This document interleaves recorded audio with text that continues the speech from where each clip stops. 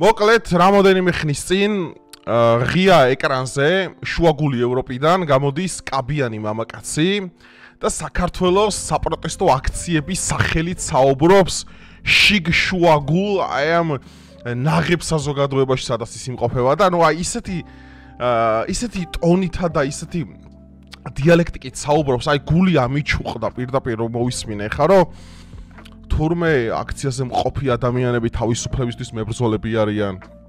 თურმე ეს ადამიანი ხელოვანი ყოფილა, თურმე ეს უმცირესობები საქართველოში ჩაგრევიან და რაღაც სიგიჟეი მოვისმინე რა. ხალხო, აი ხა თქვენ გახდებით მოწმენი პირველად კაცობრიობის ისტორიაში, ჩვენ უნდა შევაფასოთ სრული ფსიქოლოგიური მანიფესტაციით კაბიანი კაცის დიალექტიკა შიგ ევროპიდან. ასე რომ თქვენ როგორ უნდა მოემზადოთ ამ ყველაფერს, უნდა დაალაიქოთ ვიდეო, გამოიწეროთ არხი, ასევე შეგიძლიათ გამომუღეთ ჩემს ახალ ინსტაგრამზე, რომელზედაც სარკასტულ ძალიან საინტერესო პოსტებს, მიმებს და რაღაც საინტერესო რაღაცეებს დებ ხოლმე სტორების სახით შეგიძლიათ განმოხვიდეთ, ამოფოლოვოთ, ლინკი აღწერაში ამითითებული, დააპაუზო ვიდეო, გამოფოლოვეთ და გავაგრძელოთ ვიდეო. ეხლა ჩვენ უნდა შევაფასოთ კაბიანი კაცის ისტერია.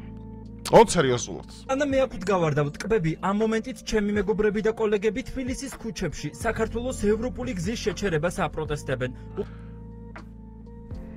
სანამ ეს ტკბება აქაური ამ ნაღები საზოგადოებით მეგობრებო, თურმე თბილისში საპროტესტო აქციების ფონზე ახალგაზრდობა ნორმანდიის სანაპიროზეა გადასული და პირდაპირ აი მტერს აკოდება შუაგულ რუსთაველზე რა. აი პარლამენტი ამ შემთხვევაში არის წარმოიდგინეთ გესტაფო და ეს ახალგაზრდები შიგ ევროპელები არიან თვით მოკავშირეები და ეს დიდი ნორმანდიის სანაპირო და ეს ამ დროს გამოსულია და ტკბება ამ რეალობით და მისი თანამოაზრეები იტანჯებიან რუსთაველზე. ცოტა მეტი დრამაა საჭირო და. უკვე 260 დღეზე მეტია. ახალგაზრდები, როგორც მე ვარ, საკუთარ სიცოცხლეს რისკავენ უკეთესი მომავლისთვის. საკუთარი სიცოცხლეს რისკავენ ახალგაზრდები, რომ უკეთეს მომავალში ცხოვრობდნენ. უკეთესი მომავალი რას ემსახურება?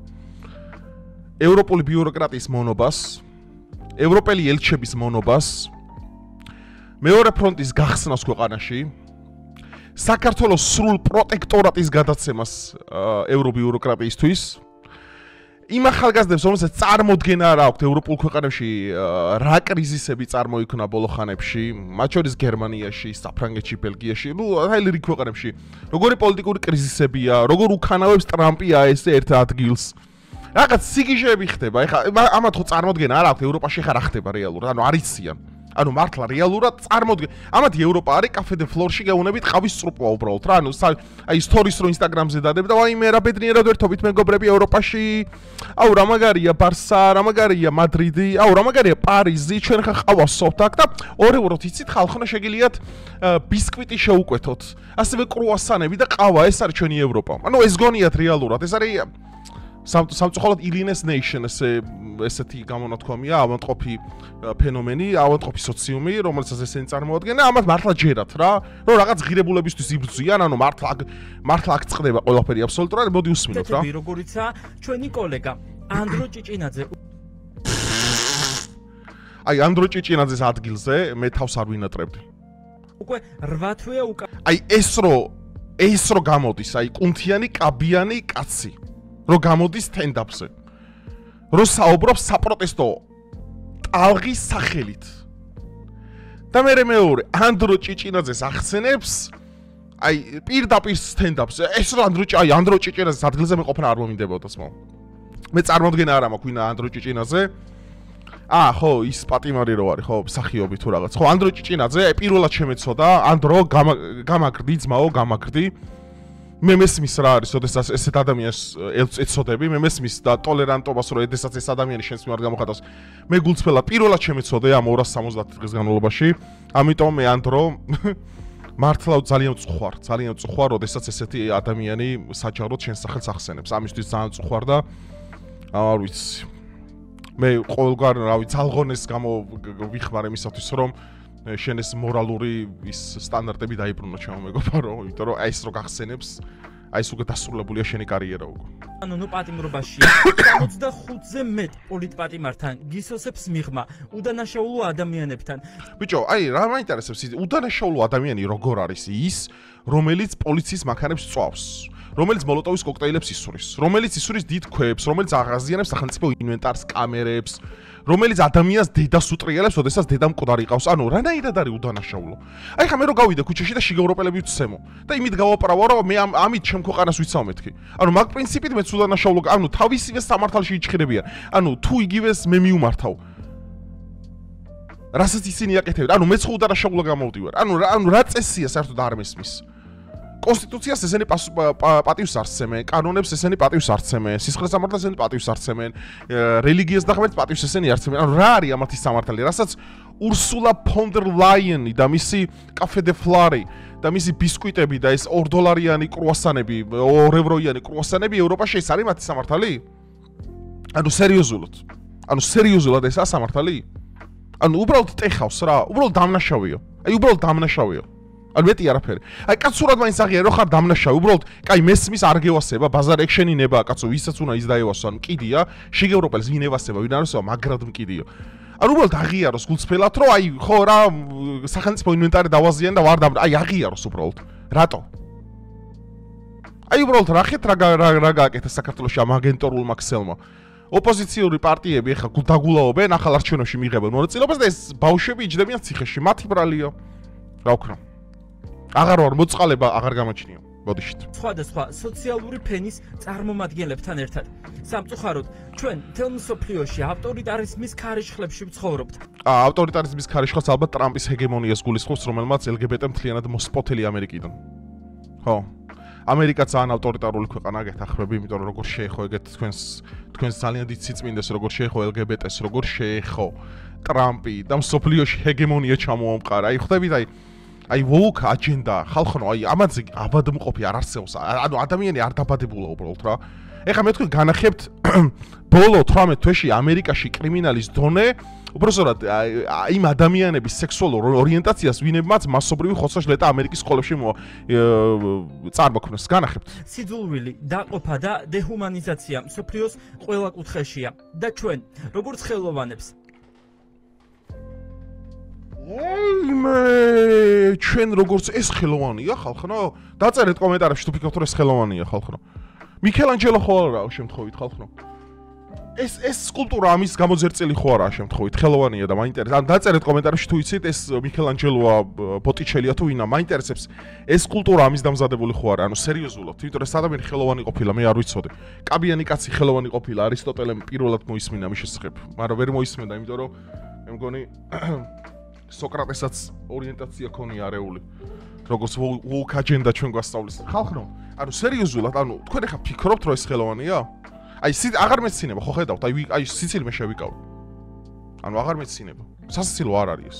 შეგა თქვენ ახლა ხარხარებთ, ახლა იცინი ხართ რომ მაგრამ რავი შეიძლება მიქელანჯელოა და არ ვიცი. არ მე მართლა კითხოსო, თუ ვინა ვიცით ამ ადამიანის შესახებ, რამე დაწერეთ კომენტარში, შეიძლება მიქელანჯელოა და მე არ ვიცი. უბრალოდ კუნთები აქვს და კაბააცვია. თულაშები, აინე რა მასინო ხინჯია, ღმერთო.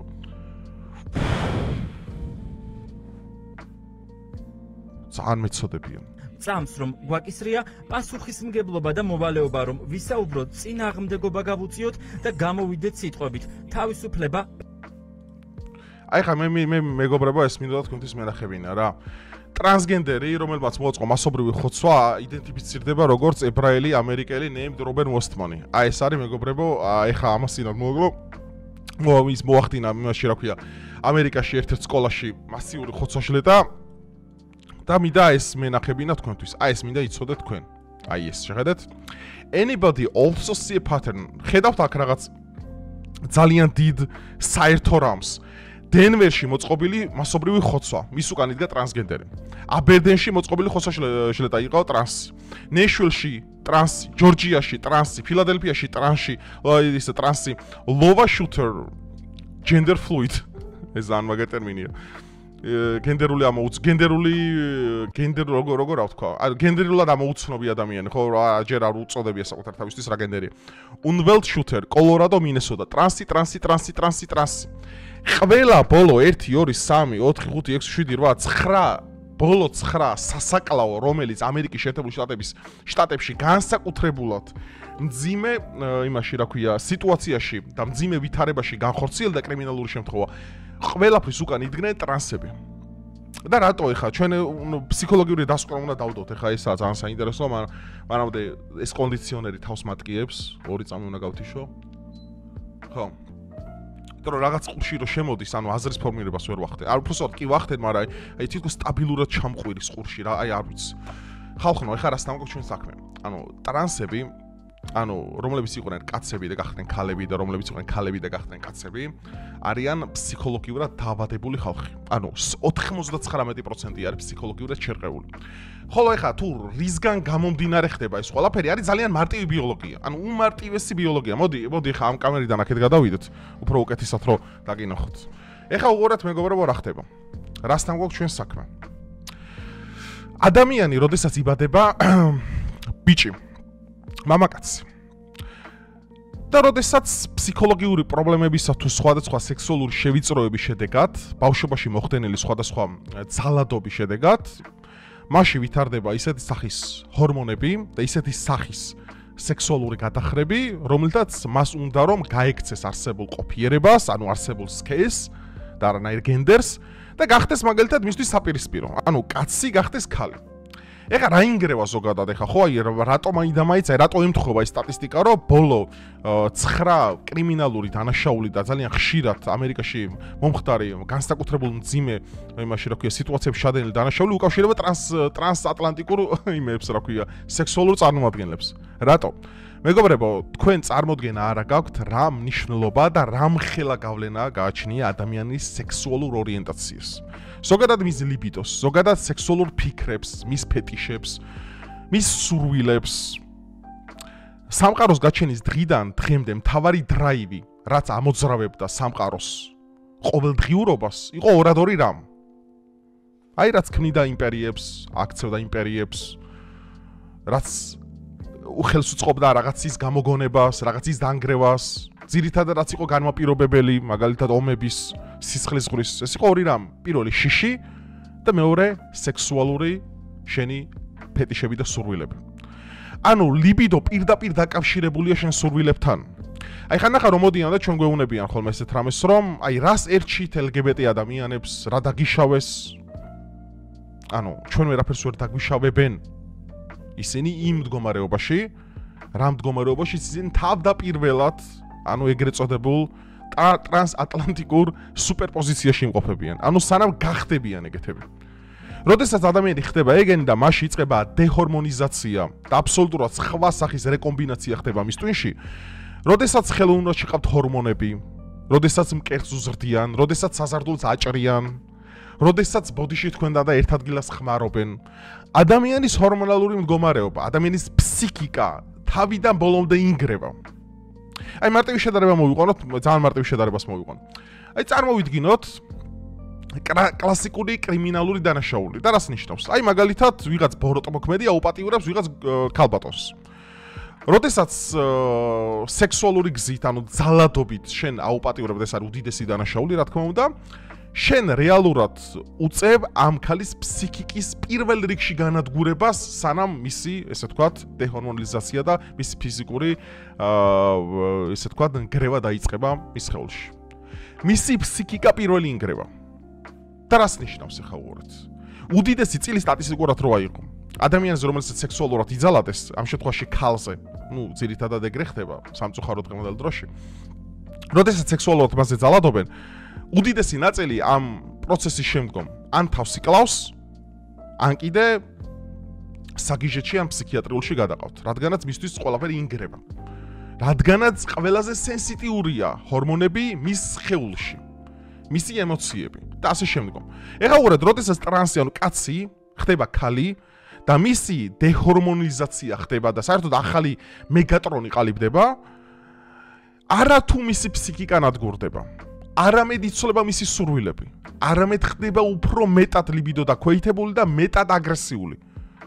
აი დააკვირდით ტრანსატლანტიკურ კავშირებს, მაგათ ვეძახე ესეთ სიტყვას. ტრანსექსუალებს დააკვირდით, ტრანსგენდერებს დააკვირდით. მათი ქცევები, მათი ჩაცმულობა, მათი საუბარი, თქვენ გონიათ მათ არიციან, რომ დარხეული აქვთ რეალურად? თქვენ არიციან მათ, რომ ძალიან სერიოზული პრობლემები აქვთ? თქვენ არიცით, რომ მათ იციან რეალურად, რომ ისინი დაავადებულები არიან? და როგორ შეიძლება კაცი იბადები და უბრალოდ ხელოვნური გზით გახდე ქალი. ანუ ეს შეუძლებელი რამეა. ანუ ბუნება ამის მიმართ დისკრიმინაციული ბუნება. მე კი არა, ბუნებაა ჰომოფობი. ანუ სამყაროა ჰომოფობი თვითონ. ესე შეიქმნა ეს სამყარო. ღმერთმა იდეალური სამყარო მოგცა. რომ ყველაფერი წავიკითხოთ, ყველაფერი განსაზღვროთ.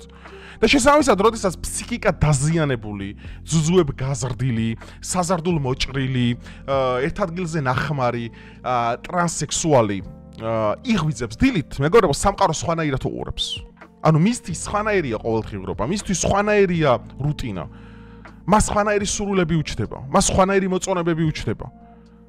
თან ამას სოციალური დევიაცია ემატება გაითვალისწინეთ საზოგადოების მიუღებლობა. და ნახეთ თქვენ რას იწვევს ეს ყველაფერი, როდესაც განდევნილი ხარ შიგნით, როდესაც განდევნილი ხარ გარეთ.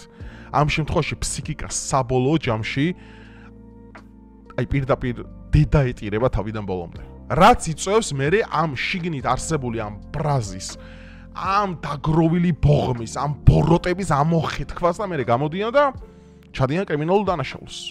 ამერიკის შეერთებულ შტატებში განხორციელებული განსაკუთრებულ მძიმე მდგომარეობებში მოხდენილი ყველა კრიმინალური დანაშაული, რომლის უკანას ტრანსსექსუალები დგანან, არიან სწორედ ტრანსგენდერები თავიდან ბოლომდე. რატო? იმიტომ რომ ესენი არიან ფსიქიკურად შერყეული ადამიანები. გამიგეთ? მიხარია რომ საქართველოში აკრძალულია ტრანსატლანტიკური კავშირის წევრობის გამხდომა, ანუ მიხარია რომ აკრძალულია ოპერაციები. და ეს უნდა იყოს აკრძალული მთელ მსოფლიოში. რადგანაც ამით ღუპა ვარათუმაგ ადამიანს, არამედ ამ ადამიანმა შეიძლება სხვა დააზიანოს მომავალში. ანუ აქედან გამომდინარე, განწყობები იმასთან დაკავშირებით, რომ უნდა იყოთ ტოლერანტურები ესეთი ხალხის მიმართ, ეს არის თავიდან ბოლომდე აბსურდი. აბსურდი და ღალატი თქვენი ხალხის. რადგანაც რაც უფრო ტოლერანტულები იქნებით ასეთი ხალხის მიმართ, მით მეტად გაუთხრით ხვის საფლავს. აქედან გამომდინარე, მეგობრებო, აქედან გამომდინარე, უნდა დავფიქრდეთ ერთ მნიშვნელოვან თემაზე. მნიშვნელოვანია გავითვალისწინოთ ის ფაქტი, რომ ჩვენ ვცხოვრობთ ცივილიზებულ ეპოქაში. და კაი მესმის, რომ ცივილიზებულ სამყაროში აქვთ არსებობის უფლება. ხო, აღარ არის სამწუხაროდ აღარა შუა საუკუნეები, თორე შუა საუკუნეები რო იყოს, სხვანაირად ვიმოქმედებდით ადამიანებს. მათ ძალიან გაუმართლავთ და შუა საუკუნეებში აღარ ცხოვრობენ. ან უფრო მერე დაახლოებით 1923-45 წლებში. აქედან გამომდინარე, უნდა თავიდან ბოლომდე უნდა მოხდეს კონფისკაცია მათი ყველანაირი პროპაგანდის. უნდა მოხდეს მათი ყველანაირი ყველაფერი რაც მათ გააჩნიათ. რადგანაც ეს არის ვირუსი, რომელიც ადამიანის ტვინს გადაეცემა. და ერთი დაზიანებული ადამიანით მიღებული ტრავმები, რომელსაც ახალი დაზიანებული ადამიანი მიიღებს, ჩვენ შეიძლება მივიღოთ ახალი ტერორისტული ფორმა, რომელიც უკადდის ნორმალურ ადამიანებს განადგურებას, არა რელიგიური ნიშნით, არა სოციალური ნიშნით, არამედ თვითონ იდენტობით. რომ შენ კაცი ხარ. ძალიან ბევრია ეგეთი ტრანსგენდერი, რომელსაც კაცები ძულს მაგალითად, იმიტომ რომ ბავშვობაში აუპატიურებდნენ. ასევეა ბევრი ქალი, რომელიც კაცობა უნდა და ასევე გაბრაზებულია ქალებსა, იმიტომ რომ ქალები აუპატიურებდნენ, ოღონდ სხვანაირად. აქედან გამომდინარე, მეგობრებო, ჩვენ ამ ფსიქიკურად შერყეული დეგენერატებისთვის უნდა გამოვყოთ ძალიან დიდი რაღაც ერთი სივრცე. რავი, უნდა ტენდერი ჩავატაროთ და როგორც გეტოში უნდა გამოვკეტოთ. იმიტომ რომ ეს ხალხი არიან ძალიან საშიში საზოგადოებისთვის. და თუ ჩვენ ამ გზას არ მივმართავთ მომავალში, სხვა შემთხვევაში ეს არის სარეველა, რომელიც ნენელა და ეტაპობრივად იზრდება ადამიანისა და შემდგომ უკვე საზოგადოების ცნობიერებაში. აქედან გამომდინარე არანაირი კოჰაბიტაცია. სინამდვილეში ეს ადამიანები არიან ყველაზე დიდი მოძალადეები. როგორც ტვინით, ასევე სხეულით. უბრალოდ მათ ჯერჯერობით არ აქვთ იმის შესაძლებლობა და პატარა ღამურებივით არიან გამოკეტილები რაღაც რუმინეთის გამოქვაბულში, როგორც დრაკულა და ელოდებიან მაშინ, როდის განსხეულდება ეს ყველაფერი, რომ ეს აგრესია გარეთ გამოიტანონ. ამიტომ მე რო ზრუნავ თქვენ შვილებზე, მე რო ზრუნავ თქვენ ოჯახებზე, მე რო ზრუნავ ჩვენ საზოგადოებაზე, აქედან გამომდინარე ბოლომდე უნდა იკრძალოს მათი პროპაგანდა.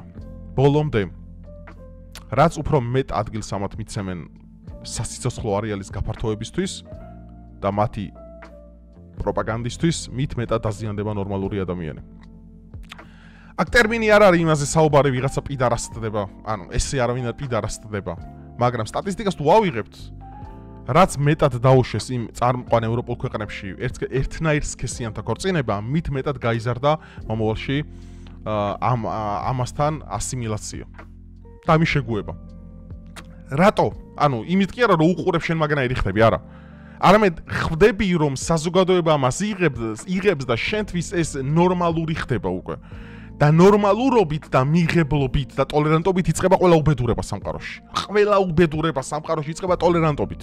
შენ რაც უფრო თანაუგრძნობ ვიღაცას. აი მაგალითად მე როდესაც რამეს დავაშავებ, აი ზოგადად რამე შემიშალა ამ სამყაროში. რაღაც არასწორად გითხარით. ჩემზე კომენტარების სექცია გააქვთ, რომ მე გამაკრიტიკოთ. ძალიან წარედაც კი შეგიძლიათ გამაკრიტიკოთ. რადგანაც რაც უფრო ტოლერანტული ჩემს მიმართ იქნებით, მით მეტად ამივარდება მე თავში. აი ეს არის მეგობარებო, აი ეს არის ისტორიული რეალობის არსი. აი ესე უნდა უყუროთ საკუთარ თავს. მე რა გონია თქვენ სხვას რო ვაჭო, პირველ რიგში ჩემ თავს ვაკრიტიკებ ყველაფერში.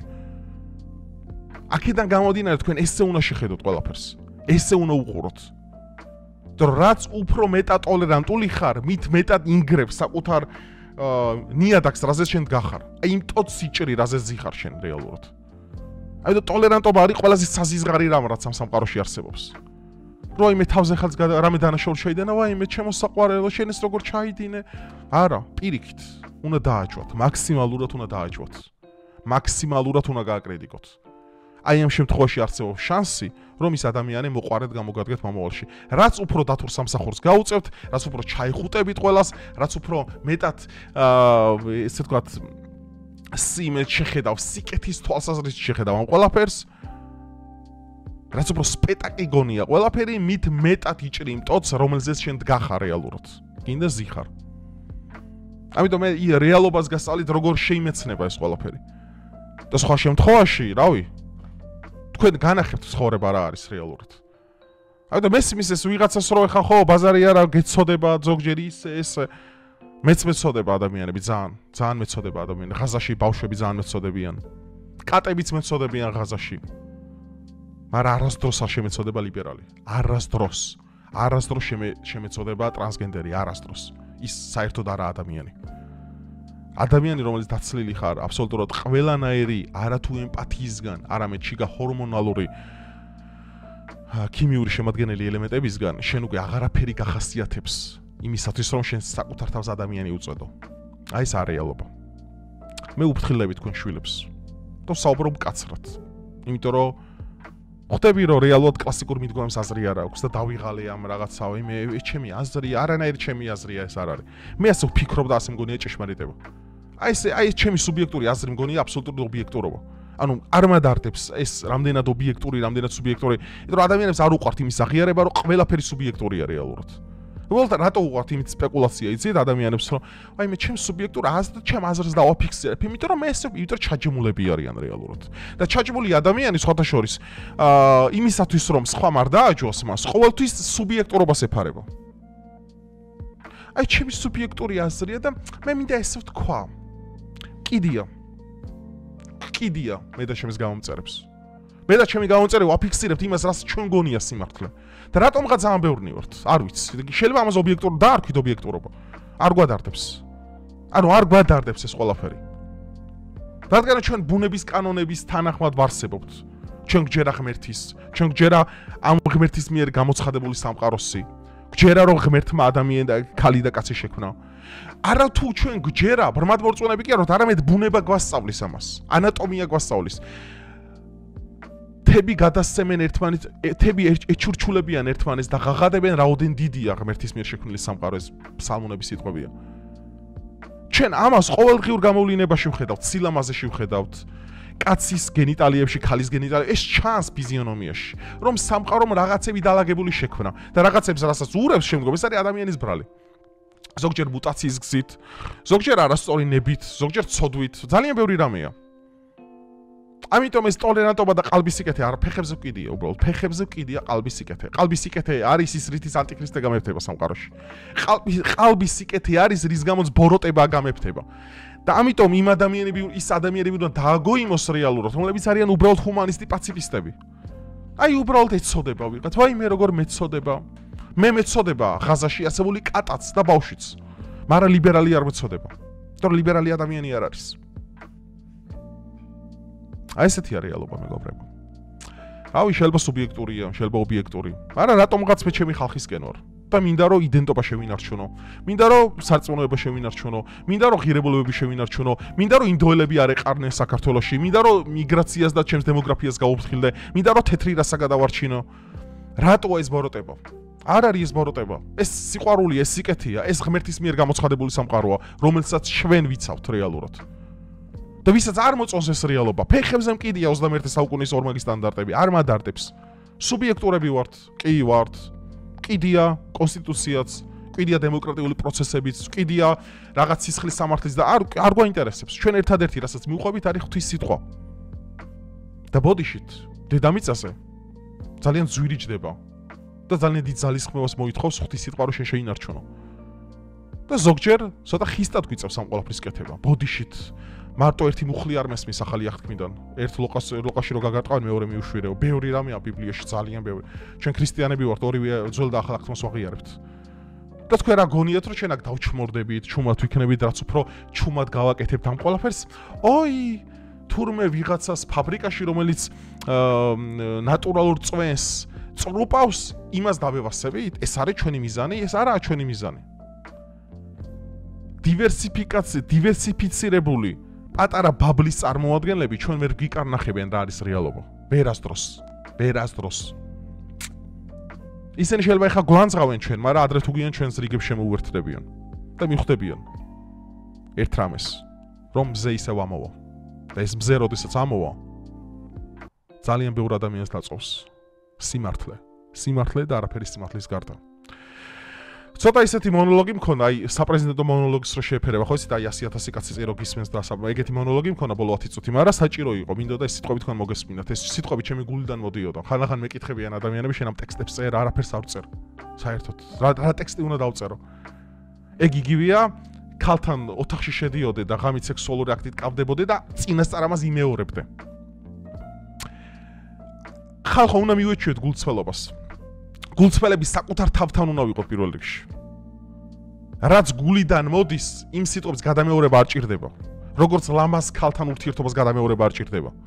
არც ერთს, არც საუბარს კამერასთან და არც ქალთან გადამეორება არ ჭირდება. რატო? ვიდრე ორივე სასიამოვნოა. კი, ორივე სასიამოვნოა. აქედან გამომდინარე, ალბათ ხედავთ ჩემს გულწრფელობას მაქსიმალურად და აფასებთ, რომ მე პოლიტკორექტულობა დღეს არ დამიცვია. იმიტომ რომ მინდოდა ჩემი გულიდან წამომავალი სიტყვები მოგესმინა თავიდან ბოლომდე. რომ ადარდებს ეს ქვეყანა, ადარდებს ეს ხალხი. და ვინც ჩვენ საფრთხეს შეგვიქმნის, ჩვენ მათ შევებრძოლებით ყოველთვის. მნიშვნელობა რა ეს იქნება? რავი, საფხული, შემოდგომა ზამთარ თუ გასაფხული. და არც კონდიციას არ აქვს მნიშვნელობა ღარიბები ვიქნები თუ მდიდრები. ხო იცით იობის სიტყვები რა არის? მე როდესაც ღარიბი ვიყავი, მაშინაც მიყვარდა, მე როდესაც დიდარი ვიყავი, მაშინაც მიყვარდა ღმერთი, მაგრამ მე როდესაც ღარიბი ვარ, მაშინაც ლოცულობ ღმერთზე. ამიტომ მეგობრებო, ყველანი სიკვდილის შვილები ვართ, ადრე თუ გიან ყველანი მოვუკვდებით. და მნიშვნელოვანი ის არის, რომ უბრალოდ ჩვენ განვლის ცხოვრებას როგორც სიმართლეს ისე შევხედოთ. ამიტომ მორალური უფლება არ მაქვს ცხოვრებაში, რომ მე ტყუილი ვილაპარაკო და ჩემი ხალხი არასწორ გზაზე დავაყენო. ეს ჩემთვის მორალურად, რელიგიურად და ყველაფრინაირად გაუმართლებელია. არა, შეიძლება მდიდრები ვიყოთ ერთ დღეს და უფრო უკეთესად გავუმკლავდეთ ამ პრობლემას. შეიძლება ღარიბები ვიყოთ და ქუჩაში ერთად ვაგროვებდეთ ლუკმა პურის ფულს. არ აქვს მნიშვნელობა. ჩვენ ყველა კონდიციაში ვიბრძოლებთ ყოველთვის, როგორც ღარიბები, ისე მდიდრები. ფული კარგი იქნება თუ გექნება, რომ უფრო მეტი შესაძლებლობა გვექნება, თუ არ იქნება, ეგეც არაა პრობლემა. შივრებიც და მაცხრებიც კაი ტიპები ვართ, მე და ჩემი გამომწერები. დროებით მეგობრებო, ხო, ცოტა ემოციური მიმართვა მქონდა ბოდიშით მაგაზე, მაგრამ რა ვქნა, ხანდახან საჭიროა, რომ ყველა კარტი გაიხსნას ბოლომდე. დროებით და რამოდენიმე დღეში ისევ დაგიბრუნდებით.